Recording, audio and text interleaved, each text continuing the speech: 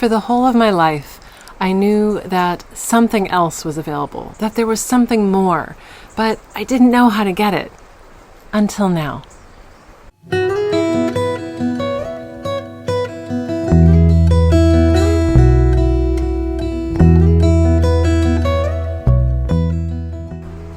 Early in 2022, I decided to give away, sell, get rid of just about everything I owned.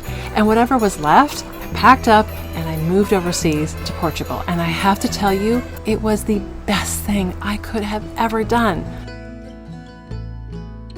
After many years of traveling the globe, I decided to give up everything I knew and move to Portugal for a better life. As my spiritual teacher in India once said, life is short, make it sweet. So I decided to follow his advice. I broke the news to friends and family, sold and gave away just about everything I owned, packed up what was left, and headed out. While there are so many great things about the United States, from the majestic natural landscape of the Southwest and the wonder of autumn in Vermont to camping in the Rocky Mountains, and so much more, I always felt like something was missing. It's been about 18 months now, and these are some things that I've noticed as a U.S. expat living in Portugal.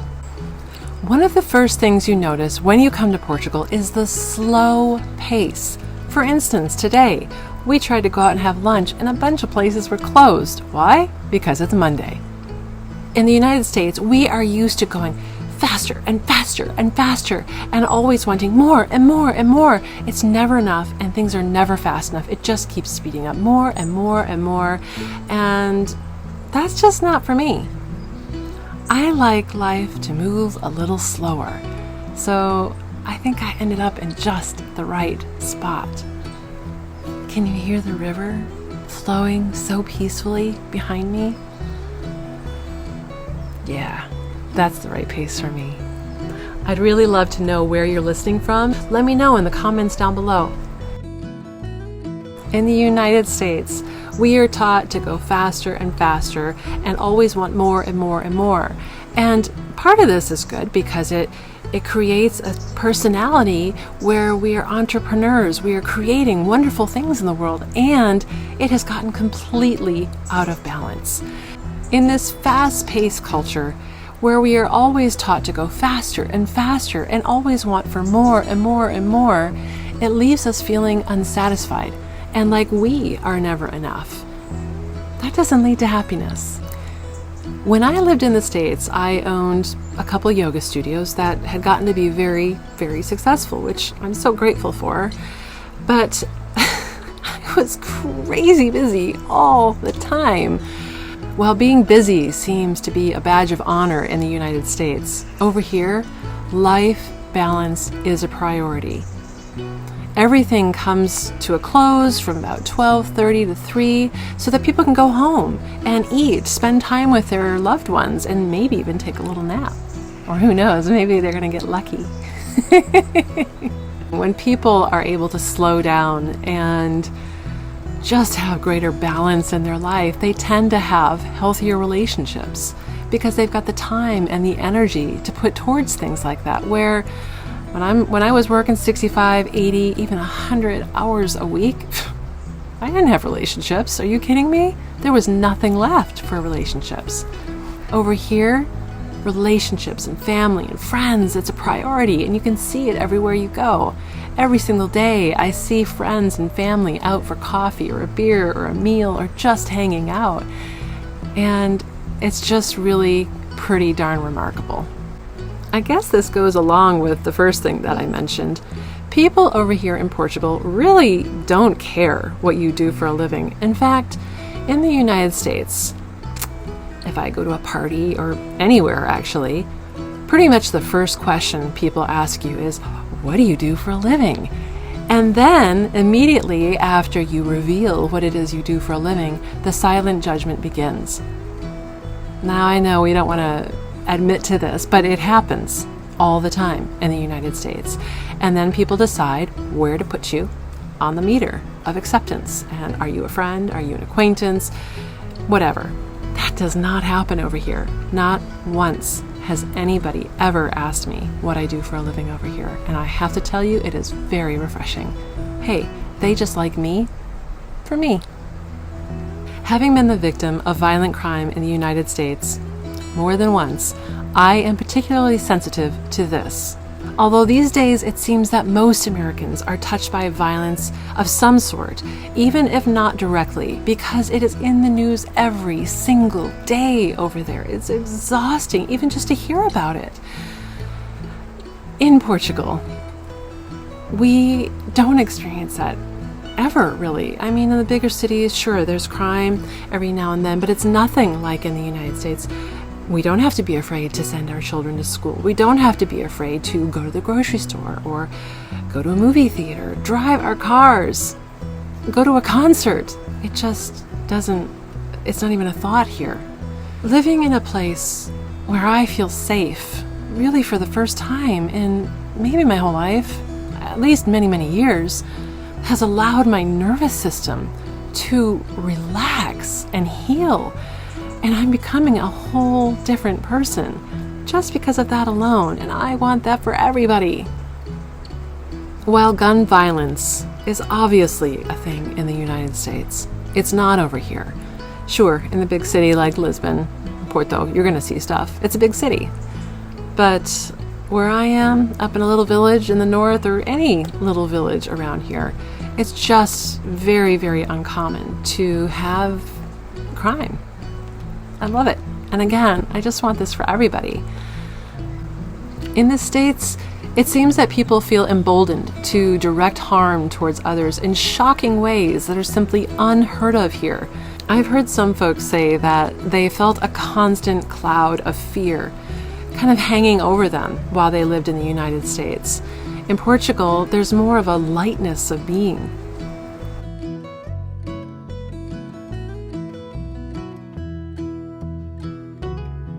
In the United States, we Americans buy so much shit. Oh my God.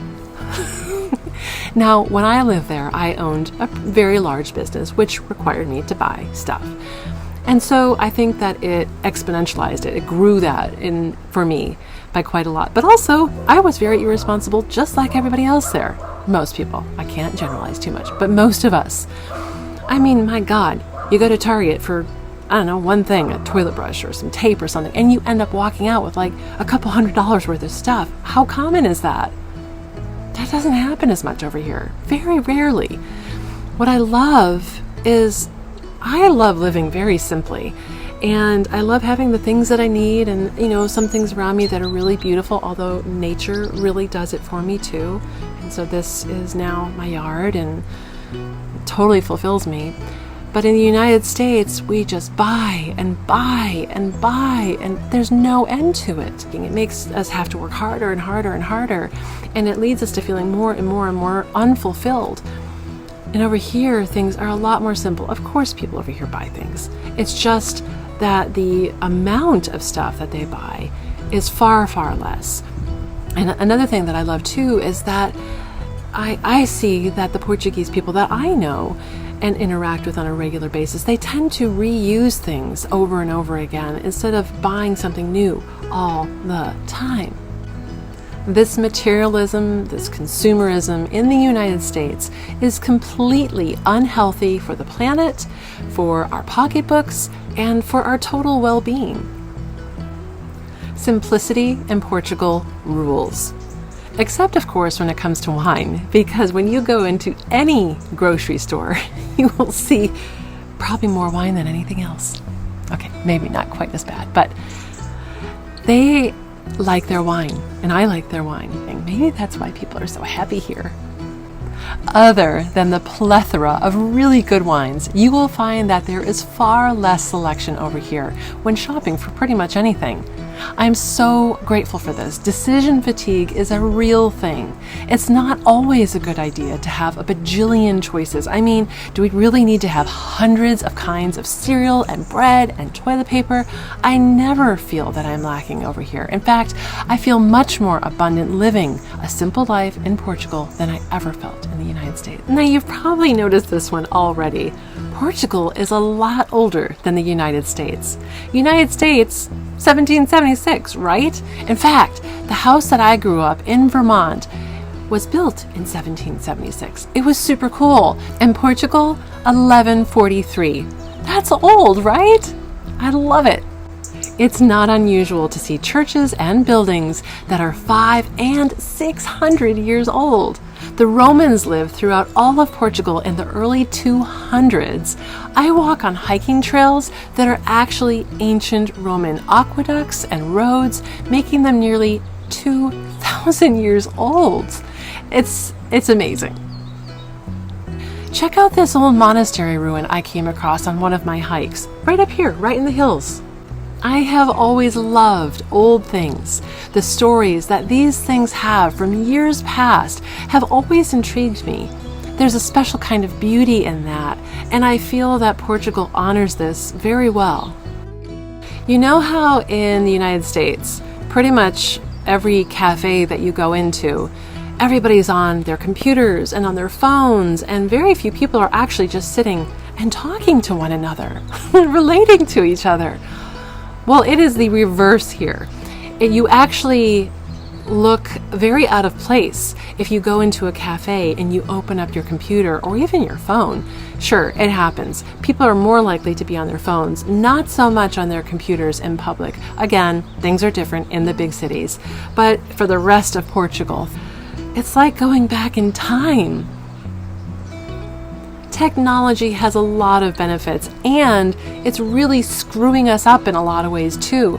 I mean, simply being able to connect and relate to other human beings is an essential thing that we all need in our lives. And so I'm super grateful that we have gone back in time here, where people value connecting with each other more than they value looking at a screen.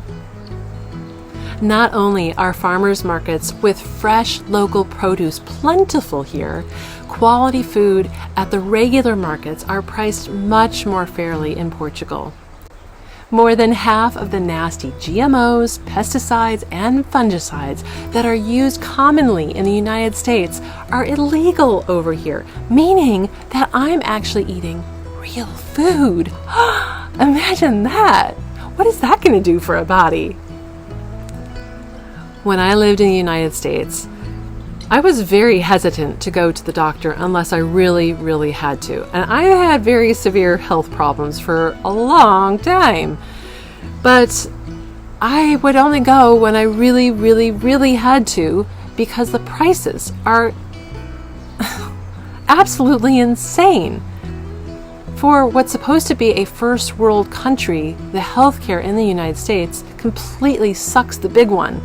And the fact that so many Americans simply do not have access to basic health care is absolutely nuts. It's totally different over here. I have fantastic health care for a fraction of the price. I have to go in and get a surgery in a couple of months, and that same surgery in the United States would be 5-6 times as much as here. And after the surgery in the United States, they just send you home and they hope that you make it through the night. And here, they put you up in the, I say I almost said hotel, because it feels like a hotel, in the hospital, and they take care of you and they feed you real food. Oh my God, what?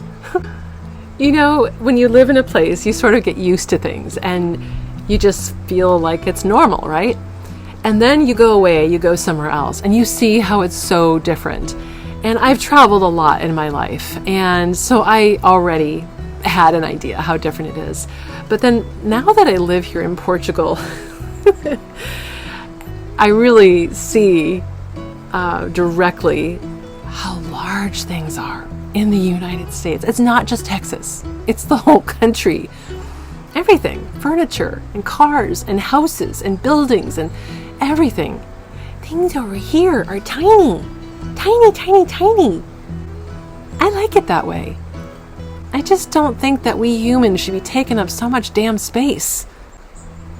One of the things that has really, really affected me over here is how simply kind and caring people are over here.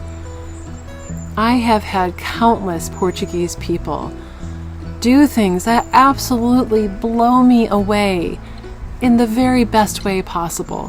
For instance, there's this lovely woman who sells bedding, beautiful bedding, at the Caminha Farmers Market every Wednesday. You got to go check her out. She sells these fantastic linen duvets and sheets and blankets and all these lovely things. She is so sweet.